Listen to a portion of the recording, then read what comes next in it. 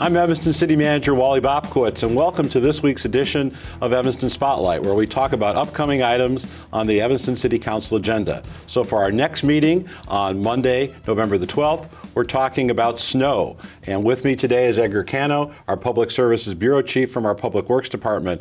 And Edgar, a big item on the agenda coming up is salt purchases. Tell us a little bit about how much salt we buy, why we buy salt, and are prices going up or going down? They're going up, Wally. So on average, we buy about 7,000 tons of salt each year. The price from last year, which was, I believe, close to $45 per ton, shot up to $61 a ton. Wow.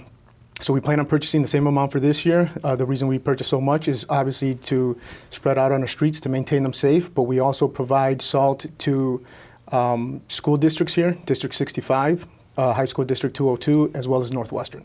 So big price increase. What's the market for salt these days? Last year, the East Coast got hit pretty hard with a bunch of storms. A lot of the salt shipments went to them due to the increase of snow accumulation, other factors. They just believe it's going to be a heavier winter this year. Prices go up. So we obviously use salt for the streets before storms. What else do we do to get ready for storm? What other things do we put besides salt on the streets? One of the things we use is salt brine. A lot of times we anti-ice. When we anti-ice, we actually go out and treat the streets with the salt brine prior to any kind of winter precipitation coming. That's just to give us a little bit of time when precipitation does hit the pavement in order for it not to freeze, and we'll be able to get crews out there to handle it.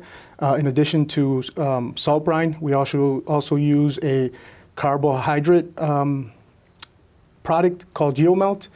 So we mix that as well with our salt brine, different mixtures depending on temperatures. So it's salt brine, and GeoMelt right now. So what's your prediction for the winter of 18-19? Bad one, good one, what do we think? You know, I'm hoping for one thing, but speaking with our forecasters, they're saying it should be a below average snowfall year, just by a couple of inches. So hopefully they're right, and we don't have too much to worry about. Well, let's hope you're right, Edgar. So we'll be talking about winter, snow, salt on the coming agenda, as well as continuing discussions for the fiscal year 2019 budget. If you'd like more information about the upcoming council meeting, go to our website, cityofelvanston.org. I'm Wally Bopkowitz.